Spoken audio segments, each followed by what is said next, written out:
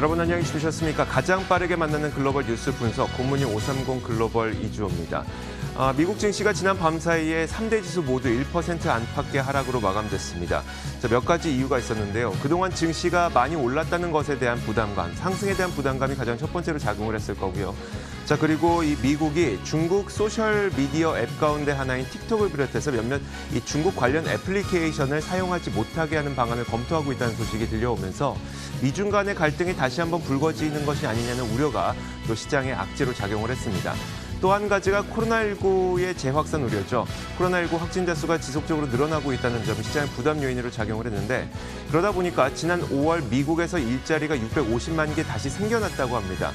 그럼에도 불구하고 확진자 수가 이렇게 크게 늘어나고 있다면은 앞으로 고용 시장은 이 회복 속도가 그렇게 빠르지는 않을 수도 있겠구나. 정상화의 속도가 둔화될 수 있겠구나. 이런 우려로 오히려 해석이 되면서 시장은 하락하는 모습이 나타났습니다. 상승에 대한 부담감을 비롯해서 몇몇 악재가 있었지만 여러분들도 느끼시겠지만 이게 모두 다 새로운 악재는 전혀 없었거든요. 그렇다 보니까 시장의 낙폭이 아주 크지는 않았습니다. 자, 이런 시장 어떻게 바라봐야 될 것인지 그리고 지난 밤 사이 어떤 일들이 있었는지 정리해드리도록 하겠습니다. 굿모닝 530 글로벌 1부 바로 출발하겠습니다.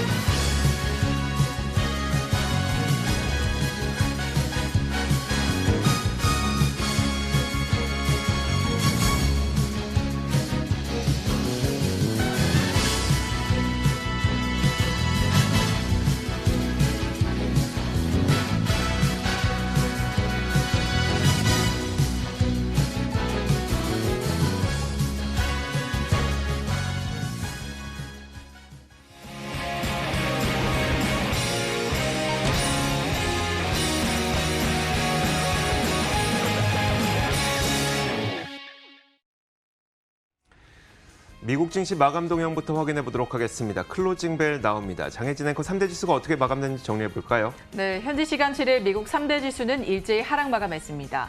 S&P 500 지수는 6거래일 만에 하락했는데요. 이날 경제 재개 수혜주로 불렸던 항공주와 크루즈 관련주가 일제히 약세를 보였고요. 시장은 최근 급등에 대한 차익 실현 움직임과 함께 글로벌 경제에 대한 부정적인 전망까지 부각이 되면서 하방 압력을 받은 것으로 보입니다. 먼저 경제 상황에 대한 암울한 전망이 부각되면서 위험 자산에 대한 투자 심리가 한 발 물러난 모습이었는데요. OECD에서는 코로나19의 2차 유행이 없는 긍정적인 시나리오에도 올해 회원국들의 실업률이 1930년대 대공황 이후 최악인 9%대를 기록할 것으로 예상을 했었습니다. 그런데 코로나19로 상황이 더 악화된 점을 고려한다면 실업률은 이보다 더 좋지 않을 것이란 전망이고요. 내년 말에도 7.7%로 떨어지는 데 그치며 회복도 더딜 것이라고 우려했습니다. 애틀란타 여든 총재 역시 미국 경제 회복이 예상했던 것보다는 평탄하지 못하다고 우려했는데요. 그는 코로나19의 재확산으로 일부 지역의 경제 활동이 다시 정체되고 있다고 지적을 했습니다. 또 업데이트된 코로나19 관련 소식을 전해드리자면 전 세계 코로나19 확진자 수는 현재 1,164만 명까지 늘어났고 이 가운데 미국은 293만 명이 넘는 수를 기록하고 있습니다. 여기에 브라질 대통령까지 코로나19 확진 판정을 받아서 좀처럼 누그러지지 않고 있는 코로나19 상황을 확인할 수 있었습니다. 미국 내에서는 봉쇄 조치를 강화하는 지역이 점차 늘어나고 있고요. 시장에는 미국과 중국의 갈등에 대한 부담도 여전히 남아있는 상태입니다. 폼페이오 미국 국무장관은 틱톡을 포함한 중국 소셜미디어 앱을 금지하는 방안을 검토하고 있다라고 밝혔고요. 나바로 백악관 무역정책국장은 중국이 코로나19로 인해서 미국에 미친 피해와 관련해서 책임을 지게 하는 일련의 조치들을 이어지는 몇 주간 취할 것이라고 경고를 하기도 했습니다. 이날 특징주로 살펴볼 것은 제약업체 노바백스였는데요. 연내 코로나19 백신 마련을 목표로 미국 정부가 추진 중인 오퍼레이션 워프 스피드죠. 초고속 작전 프로그램에 따라서 16억 달러, 우리 돈 2조 원 규모의 자금을 지원받게 되면서 장 초반 40%가 넘는 폭등세를 나타내기도 했습니다. 이제 자세한 마감 상황도 함께 확인을 해볼까요? 다우지수 먼저 확인해 보시죠. 하락세를 이어가다가 이날 장 막판에 내림폭을 더 키웠습니다. 1.51% 하락해 25,890포인트에 거래 마쳤습니다. 이어서 나스닥 지수도 함께 보시죠. 나스닥 지수 장중에 상승 반전하기도 했지만 이내 하락 전원에 역시나 막판에 하락폭을 더 키웠습니다. 0.8% 넘게 빠져서 1,343포인트에 거래 마쳤습니다. 마지막으로 S&P 500 지수입니다. 1.08% 빠져서 3,145포인트 거래 마쳤는데요. 반짝 상승 반전을 시도했지만 역시나 실패한 모습이었습니다. 이렇게 3대 지수 일제히 하락하면서 마감을 했는데요. 상품 시장의 상황은 어땠나요? 상품 시장에서도 위험 자산에 대한 회피 심리가 크게 나타났습니다. 일단 국제 유가가 하락했고요. 금값과 채권 가격이 올랐습니다. 국제 유가부터 한번 살펴보도록 하겠습니다. 크게 내린 것은 아닙니다만 0.7% 정도 하락했는데요. 코로나 확진자 수 급증세가 이어지면서 원유 수요 회복도 제한될 것이다. 그리고 둔화될 것이라는 우려가 나오고 있는 겁니다. 일단 플로리다주의 경우에는 경제 재개가 제한됐고요. 또 캘리포니아와 텍사스 역시 이 코로나 확진자 수가 굉장히 빠르게 급증하고 있는 지역이다 보니까 경제 재개 속도가 둔화되고 있는 상태죠. 게다가 호주에서도 이 미국이 아닌 호주에서도 재확산이 되고 있다고 합니다. 이런 것들이 경제 정상화에 제동을 걸 것이라는 우려와 함께 이 원유 수요 회복에도 차질이 있을 것이라는 우려가 나오면서 국제유가 WTI 가격은 0.7% 정도 내렸습니다. 40달러는 무너지지 않았고요. 40.3달러 선에서 선물시장 현재 거래가 되고 있습니다. 자, 반면에 국제 금값과 채권 가격이 올랐습니다. 금값은 1,800달러를 돌파했고요. 마찬가지 이유였습니다. 코로나 확진자 수 급증하고 있다는 것이 안전자산에 대한 선호 심리를 좀 불러일으킨 측면이 있습니다. 금값은 0.8% 올라서 1,808.3달러에 움직이고 있습니다.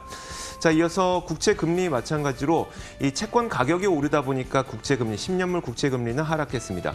0.644%까지 내려온 채 거래가 되고 있고요. 마지막으로 달러 인덱스를 살펴보자면 달러 약세가 좀 주춤한 모습입니다. 0.26% 달러 인덱스 올라서 96.98에 거래되고 있습니다. 자, 이렇게 상품 선물 시장까지 살펴봤습니다. 글로벌 외신 확인하도록 하겠습니다. 자, 지난 밤새 있었던 여러 가지 외신 살펴보겠습니다. 첫 번째 소식 전해주시면요. 네, 미국 정부의 보고서에 따르면 미국의 고용 시장이 회복을 하고는 있지만 그 속도가 더딘 것으로 나타났습니다. 이 보고서에 따르면 경제 재개에 시동을 걸기 시작한 지난 5월 미국에서는 650만 명이 일자리를 되찾거나 다시 그 고용 시장으로 돌아간 것으로 나타났습니다. 하지만 이는 지난 3월과 4월에 일자리를 잃은 것에 비하면 매우 일부에 불과한 수준이라는 평가가 나왔는데요. 이와 동시에 미국 내에서 경제 재개를 일찍 시작한 주들이 코로나19 2차 유행에 다시 돌입하면서 일자리로 되돌아가려고 했던 사람들의 움직임도 막을 수 있다라는 그런 전망이 나오고 있습니다. 조셉 브루수엘라 RSM 수석 경제학자의 트윗을 함께 보시죠.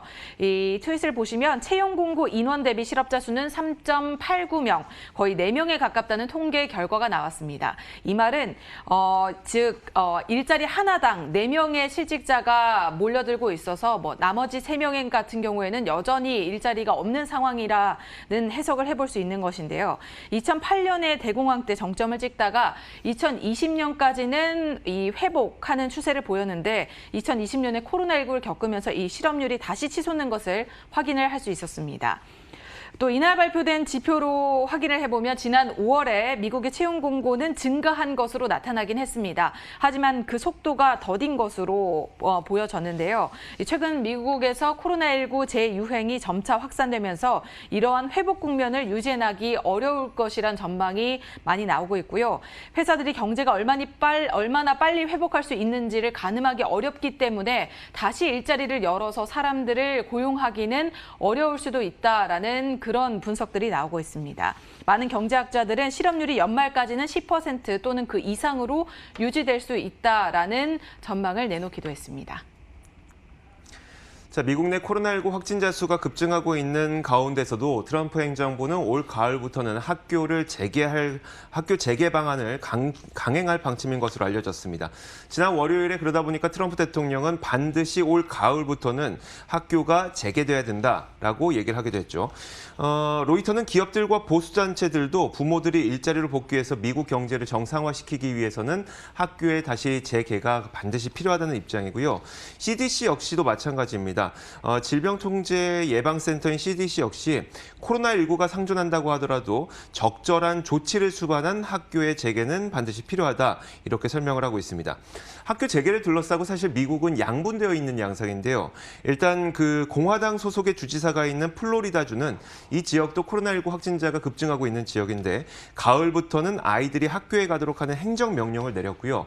반면에 이 트럼프 대통령과 반대에 있는 민주당 소속의 주지사가 있는 미시간주에서는 바이러스 확산이 이렇게 거센데 학교 재개를 결정하는 건 너무 이른 판단이다라고 얘기를 하고 있습니다.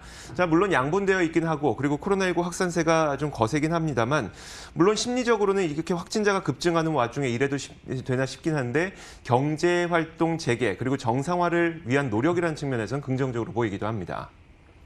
네, 다음으로 종목 소식 이어갑니다. 월마트의 소식인데요. 아마존 프라임에 대항할 월마트가 월마트 플러스를 내놓기로 했습니다. 이달에 출시할 예정이라고 밝혀졌는데요. 당초에 지난 3월 또는 4월에 출시할 예정이었지만 코로나19 확산세가 점차 줄어들지 않자 이를 연기했었는데 이달에는 출시한다고 발표를 한 것입니다. 구독을 기반으로 한 이 프로그램은 아마존 프라임과 사실상 경쟁 구도에 서게 되는데요. 기존의 월마트 신선식품과 식료품 등을 당일에 배송을 해주는 서비스인 월마트 딜리버리 언리미티드보다 더 발전된 형태로 출시될 예정으로 밝혀져서 상당한 기대가 일고 있습니다. 이날 따라서 월마트의 주가도 7% 가까이 올랐고요. 시간의 거래에서도 현재 0.35% 상승을 하고 있습니다. 이 멤버십 프로그램은 연회비 98달러에 우리 돈 약 12만 원을 내고 이용을 할 수 있으며 당일 배송, 무료 배송뿐만 아니라 주유소에 월마트에 해당하는 그 주유소에서 할인을 받을 수 있는 혜택까지 더해질 수 있다라는 기대감이 일고 있는데요. 다만 아직까지 언제 출시가 될지 그 혜택은 어느 정도가 될지는 정확하게 알려지지는 않은 상태입니다. 하지만 일각에서는 출시 계획 발표 이후에 성공하기 어려울 것이다라는 부정적인 전망을 내놓기도 했는데요. 단순히 무료 배송 서비스에 초점을 맞춰서는 오랜 기간 서비스를 유지해온 아마존 프라임을 넘어서기는 조금 어려울 수 있다라는 해석입니다. 시장 분석가들은 월마트가 식료품 배송 서비스를 전면에 내세워서 아마존 프라임과의 다소 차별화된 전략을 세워야지만 여기서 승산이 있을 수 있다라는 주장을 했습니다. 자, 마이크 폼페이오 국무장관이 틱톡을 비롯한 중국 관련 애플리케이션 몇 가지를 사용 금지하는 방안을 고려하고 있다고 밝히면서 미중 갈등이 다시 불거지는 것 아니냐 우려가 나오고 있습니다.